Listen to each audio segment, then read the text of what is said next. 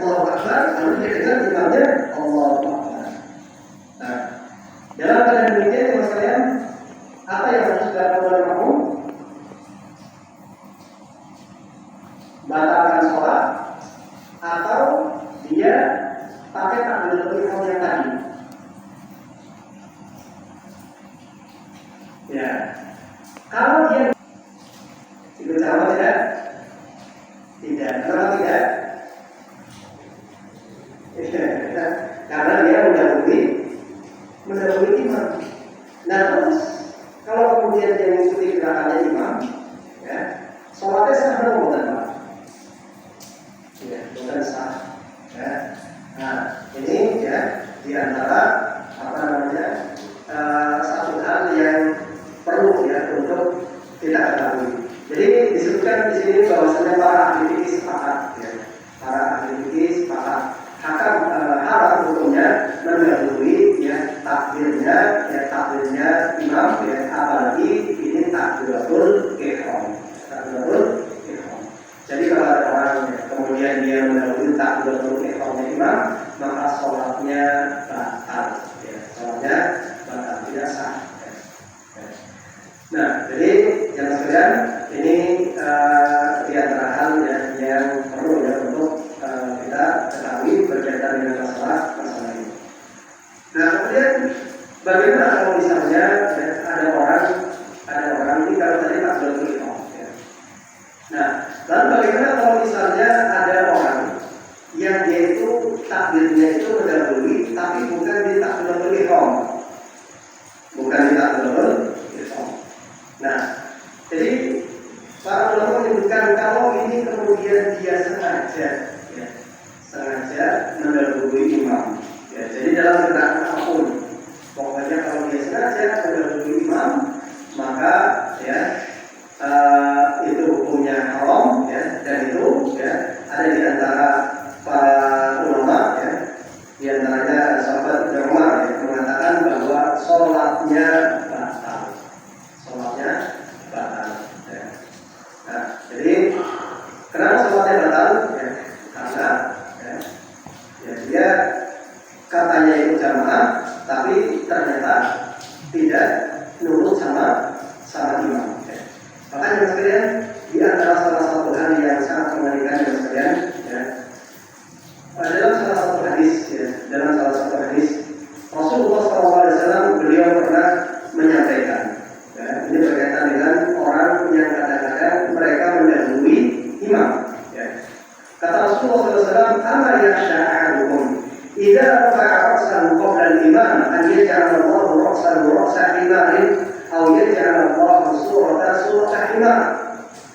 Jadi kata Rasulullah SAW, apakah orang yang dia mendahului mengangkat kepalanya, ya, jadi mengangkat kepalanya sebelum imam mengangkat kepalanya, apakah orang tersebut tidak takut kalau Allah Subhanahu wa Ta'ala kemudian mengganti kepalanya dengan kepala keledai, atau diganti wajahnya dengan wajah keledai? Jadi ini ancaman bukan ancaman, ya, untuk orang-orang yang mereka kalau sholat mendahului imam. Ya. Yang walaupun ini ya, belum pernah terjadi, ya. Cuman ini ya, kira-kira kalau ada ancaman kayak ini bisa terjadi atau tidak? Bisa terjadi, ya. Ancaman dari Rasulullah SAW yang untuk orang yang dia ya mendahului imam ya di dalam sholat, ya, Rasulullah sampai kemudian dia mengatakan hal seperti ini. Apakah orang yang dia mengangkat kepalanya ya sebelum imam mengangkat kepalanya, apakah orang itu tidak takut kalau kepalanya diganti dengan kepala keledai atau wajahnya diganti dengan wajah keledai? Ya. Nah, jadi ini menunjukkan pertama bahwa gerakan mendahului imam itu ya adalah gerakan yang diharamkan ya, karena ada ancaman seperti ini. Ya. Nah, kemudian ya, berkaitan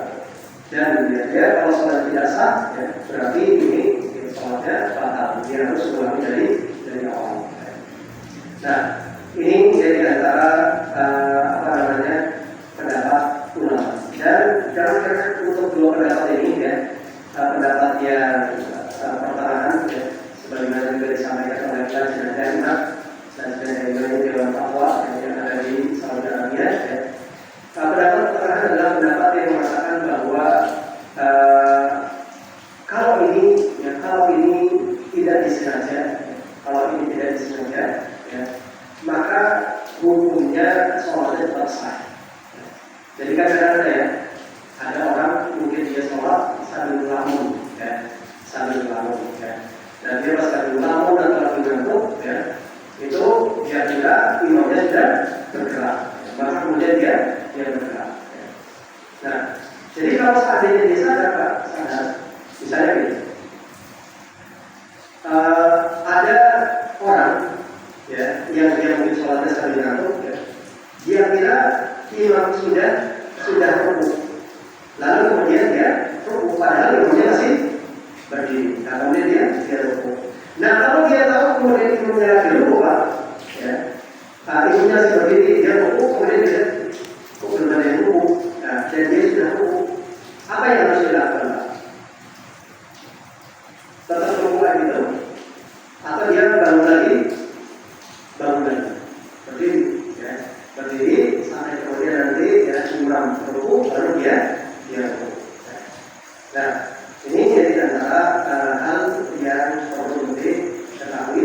Kemudian kita sekalian, ada ya salah satu hadis yang menceritakan ya berkaitan dengan masalah tadi, ya. Jadi diceritakan oleh sahabat Anas bin Malik, ya, bahwa pada suatu hari Rasulullah SAW kata beliau mengimami kami. Setelah sholat, beliau menghadap kepada kami. Kemudian beliau berkata, ayuhan nas, ya, aku adalah imam kalian. Maka janganlah kalian mendahului rukuk dan sujud serta berdiriku. Ya.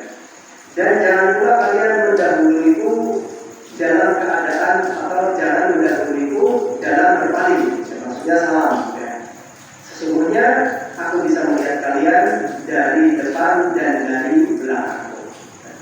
Artinya Pak, Rasulullah SAW, ya, beliau bisa tahu, ya, bisa tahu keadaan makmum walaupun beliau menghadap ke arah kiblat. Ya. Nah, ini dari antara salah satu ilmu mukjizat dari Rasulullah SAW, ya, bahwa beliau bisa mengetahui keadaan, ya, jamaah walaupun beliau sedang menghadap ke arah kiblat. Ya. Nah, jadi ya ini berkenaan dengan masalah hukum, ya, ketika seseorang mendahului imam. Ya. Dalam masalah ini Imam Asy-Syafi'i rahimahullah taala yang beliau berkata, barang siapa takbiratul ihram sebelum imam maka sholatnya tidak sah. Ya. Sholatnya tidak sah. Jadi ini di antara hal yang kemudian yang perlu untuk kita ketahui. Kemudian yang kedua yang sekalian adalah muwafaqah, ya, muwafaqah itu artinya gerakannya menyamai gerakan imam. Ya. Jadi ketika seorang gerakannya sama dengan gerakan imam, ya, maka hukumnya apa? Kira-kira kalau menyamai gerakan imam boleh tidak? Tidak boleh. Ya. Jadi kalau seorang menyamai, jadi menyamai saja, ya, itu tidak boleh dan hukumnya adalah apa? Hukumnya makruh. Ya. Kenapa? Ya? Karena ada salah satu hadis di mana Rasulullah SAW beliau bersabda, "Innama ju'ila al-imamu liyutamma bihi, fa idza kafara fakabbiru." Ya.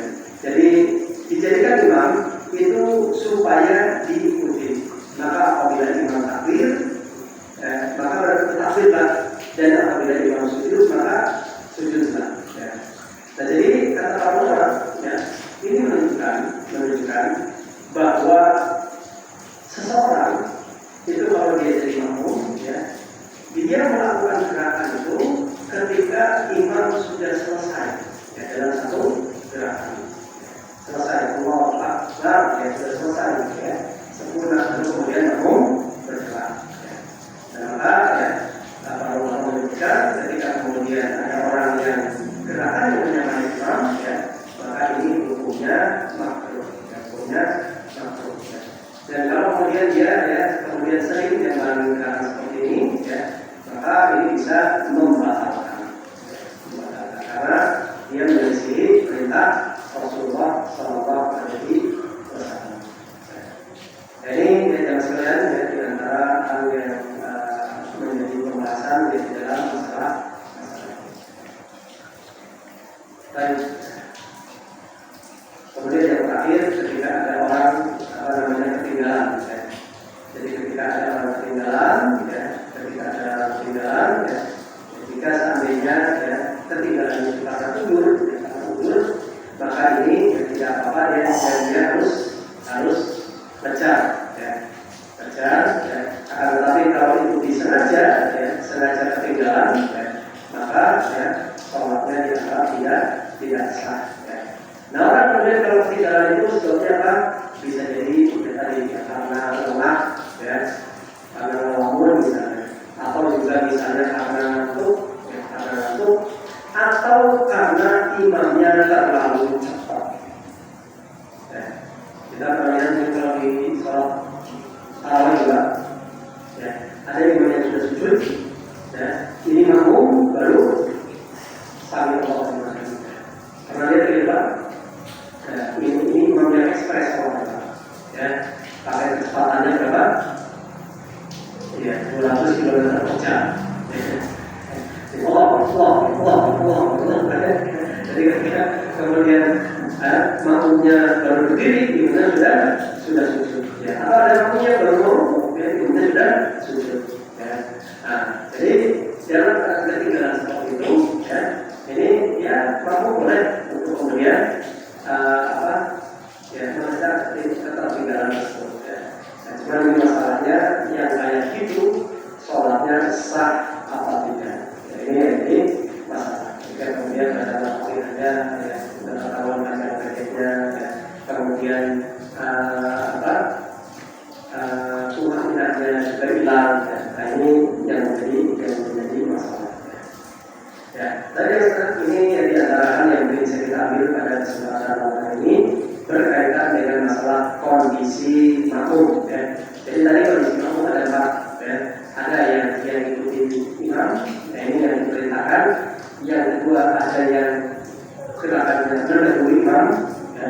Maka kalau kemudian sengaja, maka salatnya, ya, kalau sengaja batal. Tapi kalau tidak sengaja, ya salatnya tetap sah. Ya. Nah, kemudian ada yang menyamai gerakan imam. Nah ini makruh, ya, makruh. Tapi kalau terus dia tidak sengaja, maka sholatnya. Kemudian kondisi yang keempat adalah ketika ada orang ketinggalan, ya, ketinggalan sholat. Jadi kalau ketinggalan kemudian tidak boleh nyekar, ya, nyekar itu gimana? Jadi ini, ketika ada makmum, ya, misalnya dia ngantuk, ya. Kemudian ketika dia sadar, dia lihat imamnya sudah sujud. Apa yang harus dilakukan oleh makmum? Langsung sujud,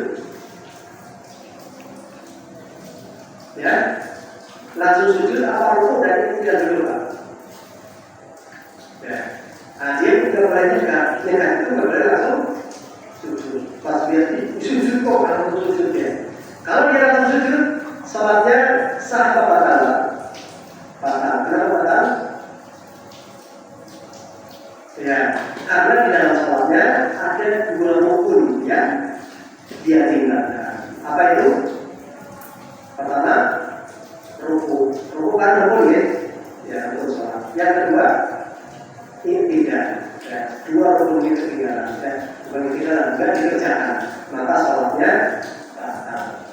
Jadi kalau keadaannya seperti itu, dia mengaku imam tadi sudah sujud atau jamaah sudah sujud, maka dia ya tetap mengikuti. Ya. Jadi dia rukuk dulu, tidak dulu, ya, kemudian setelah itu sujud supaya bisa barengi imam. Ya. Nah, ini terusnya dari antara kondisi yang kadang-kadang terjadi di dalam ibadah. Baik, ini mungkin yang bisa kita bahas pada kesempatan malam ini berkaitan dengan beberapa masalah yang adalah kondisi imam dan kondisi makmum ya, ketika ada masalah, kemudian yang lainnya yang tadi sudah kita bahas. Baik, sekarang mungkin ini yang bisa kita ambil pada kesempatan malam ini dan insya Allah cukup ya pada pelajaran. Baik, ini yang bisa kita ambil dan sekarang pada kesempatan malam ini. kita akan beberapa keadaan yang akan terjadi di dalam sholat jamaah. Kita tutup kajian kita dengan kafaratul majelis. Mohon ibu.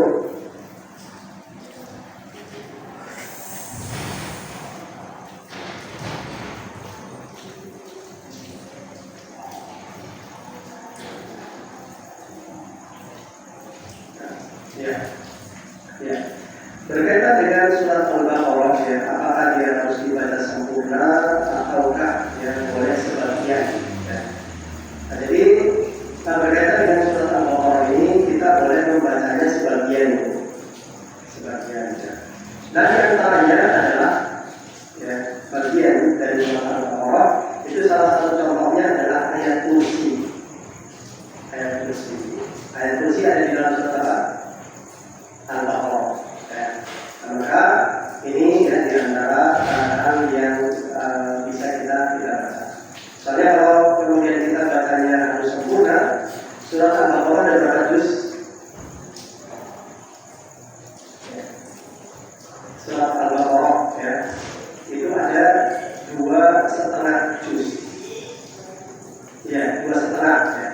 Atau 2/3 ya. Jadi kalau kita baca surat Al-Baqarah satu juz itu rata-rata kita baca berapa menit?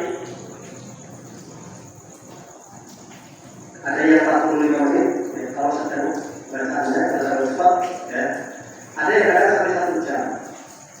Jadi kalau kita mau baca surat Al-Baqarah full, ya, dua juz, ya, Al-Baqarah itu 2 juz, ya, berarti sekitar 2 jam